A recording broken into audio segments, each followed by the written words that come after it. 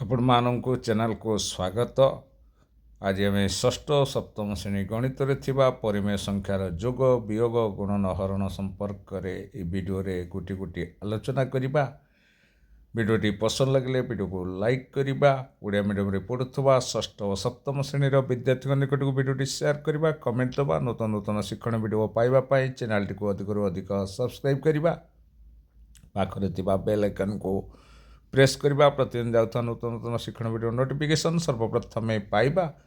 ପରିମେୟ ସଂଖ୍ୟାର ଯୋଗ କିପରି କରିବା, ବିୟୋଗ କିପରି କରିବା, ଗୁଣନ କିପରି କରିବା, ହରଣ କିପରି କରିବା, ଏହି ଭିଡ଼ିଓରେ ପୁଙ୍ଖାନୁପୁଙ୍ଖ ଜାଣିବା। ପରିମେୟ ସଂଖ୍ୟାର ଯୋଗ 3/4 ସହିତ 5/8କୁ କିପରି ଯୋଗ କରିବା, ଏହି ସ୍ଲାଇଡ଼ରେ ବୁଝିବା। 3/4 ଯୁକ୍ତ 5/8। ଏଠାରେ ଉଭୟର ଲବ ହେଉଛି 3 ଓ 5, ହର ହେଉଛି 4 ଓ 8। ତେଣୁ ଏହି ଦୁଇଟି ପରିମେୟ ସଂଖ୍ୟାକୁ ଯୋଗ କଲାବେଳେ ପ୍ରଥମେ ହର ଦ୍ୱୟର ଲସାଗୁ ନିର୍ଣ୍ଣୟ କରିବା। 4 ଓ 8ର ଲସାଗୁ ନିର୍ଣ୍ଣୟ କରିବା।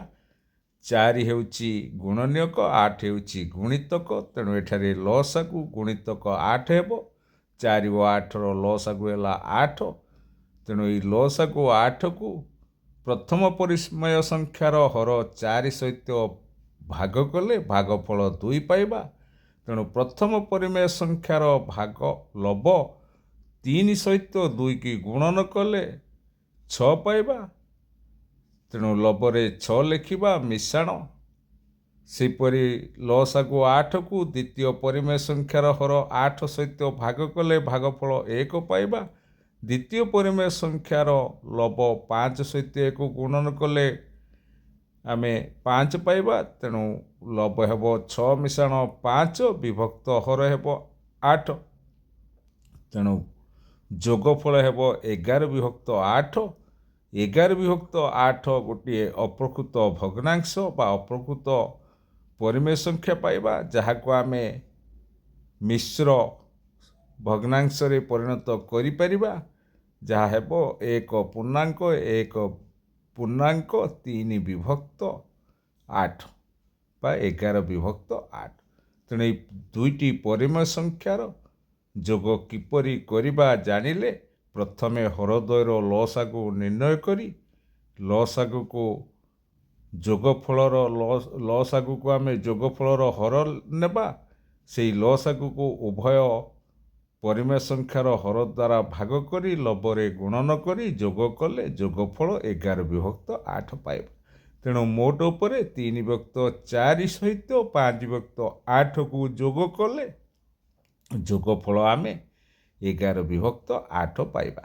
11/8 ଅପ୍ରକୃତ ହେଉଥିବାରୁ ଆମେ ତାକୁ ମିଶ୍ର ଭଗ୍ନ ସଂଖ୍ୟାରେ ପରିଣତ କରିପାରିବା, ଯାହା 1.3/8 ହୋଇପାରିବ।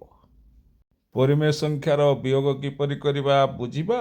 3/4ରୁ 5/8କୁ ବିୟୋଗ କରିବା। ସେହିପରି ଉଭୟର ହର 4 ଓ 8 ଥିବାରୁ ଲସାଗୁ 8 ହେବ। ଲସାଗୁ 8କୁ ପ୍ରଥମ ପରିମେୟ ସଂଖ୍ୟାର ହର ଦ୍ୱାରା ଭାଗ କଲେ ଭାଗଫଳ 2 ପାଇବା। ପ୍ରଥମ ପରିମେୟ ସଂଖ୍ୟାର ଲବ ସହିତ ଗୁଣନ କରିବା 6 ହେବ। ସେହିପରି ଲସାଗୁ 8କୁ ଦ୍ୱିତୀୟ ପରିମେୟ ସଂଖ୍ୟାର ହର 8 ସହିତ ଭାଗ କଲେ ଭାଗଫଳ 1 ପାଇବା। 1କୁ ଦ୍ୱିତୀୟ ପରିମେୟ ସଂଖ୍ୟାର ଲବ ସହିତ 5 ସହିତ ଗୁଣନ କଲେ ଗୁଣଫଳ ଆମେ 5 ପାଇବା। ତେଣୁ 6 ଫେଡ଼ାଣ 5 ବିଭକ୍ତ 8 ହେବ।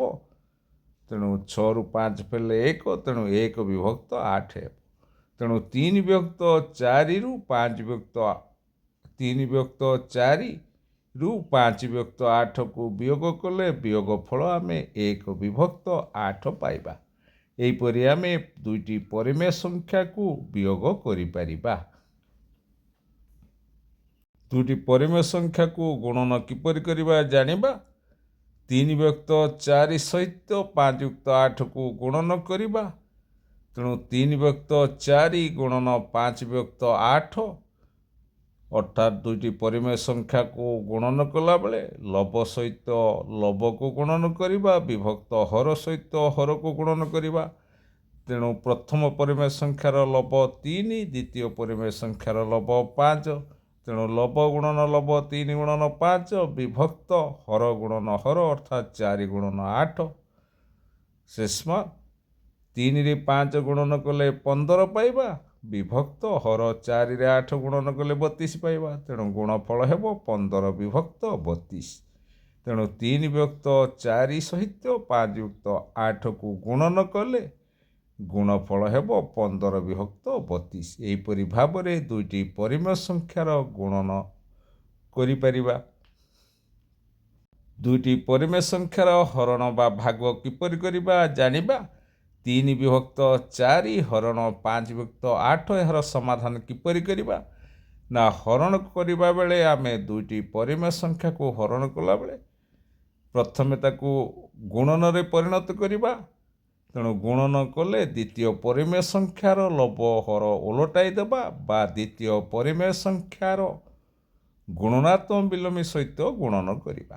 ତେଣୁ 3 ବିଭକ୍ତ 4 ହରଣ 5 ବିଭକ୍ତ 8 ଶେଷମାନ 3 ବିଭକ୍ତ 4 ଗୁଣନ 8 ବିଭକ୍ତ 5 ଅର୍ଥାତ୍ ଦ୍ୱିତୀୟ ପରିମେୟ ସଂଖ୍ୟା 5 ବିଭକ୍ତ 8ର ଗୁଣନାତ୍ମକ ବିଲୋମୀ ହେଉଛି 8 ବିଭକ୍ତ 5 ବା ତାର ଲବହର ଓଲଟାଇ ଦେଲେ 5 ବିଭକ୍ତ 8 ଥିବାରୁ 8 ବିଭକ୍ତ 5 ହେଲା। ତେଣୁ 3 ବିଭକ୍ତ 4 ହରଣ 5 ବିଭକ୍ତ 8 ଶେଷମାନ 3 ବିଭକ୍ତ 4 ଗୁଣନ 8 ବିଭକ୍ତ 5। ତାପରେ ଗୁଣନ ନିୟମକୁ ପ୍ରୟୋଗ କରିବା। ଲବ ଗୁଣନ ଲବ ବିଭକ୍ତ ହର ଗୁଣନ ହର 3 ଗୁଣନ 8 ବିଭକ୍ତ 4 ଗୁଣନ 5 ଅର୍ଥାତ୍ ଲବ ଗୁଣନ ଲବ ବିଭକ୍ତ ହର ଗୁଣନ ହର।